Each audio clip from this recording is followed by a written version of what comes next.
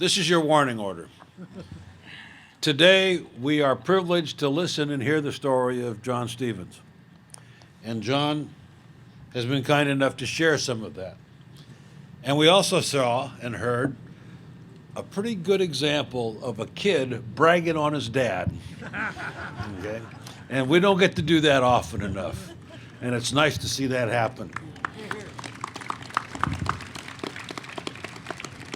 They say, so today's was John's day to come up and speak to us of the things that he was a part of and that he was witness to. But all of us here are part of that same story. All of us here are a part of the warp and weave, the fabric of this nation. And the connections amongst all of us for our organizations and our groups and our countries that are represented here are multi-layered and continuous. John commanded 1st Battalion, 4th Marines. 4th Marines was in Shanghai, China, right up to the end of, or right before the war started, and was then sent to the Philippines. Served under MacArthur on Corregidor. We have in the crowd a woman whose husband was captured on Corregidor at that time frame.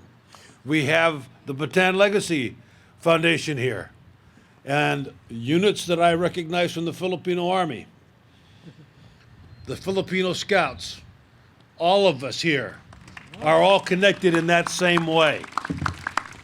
All of us from every branch of the service are all part of a crowd of people that will be expected at some time in our life to bear witness to our story, tell our story, because our story is the story of this nation.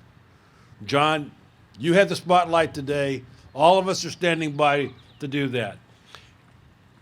Everything the Armed Forces of the United States has done and accomplished is somewhere here in this crowd. Everything the Armed Forces of the United States and the United States of America is going to do is resonant in the young Marines, the Sea Cadets, our sons and daughters, our grandchildren that are also here today. Young Marines. And I did say the young Marines. Young Marines. Oh. So, be happy that we're here today. Let us honor John. You have your warning order. Live a good life. Make sure that when you get up here to talk, you're talking from a sense of conviction and the moral high ground. Thank you very much. Thank you so much, Mr. Cruz, Allan Cruz. He's Colonel Cruz. Okay, I've been corrected. And the story that he tells is a great, great one. And he speaks about the Philippines. I'll have to say something about it because we're going to have a speaker come up for a minute. Cecilia, would you step up, please?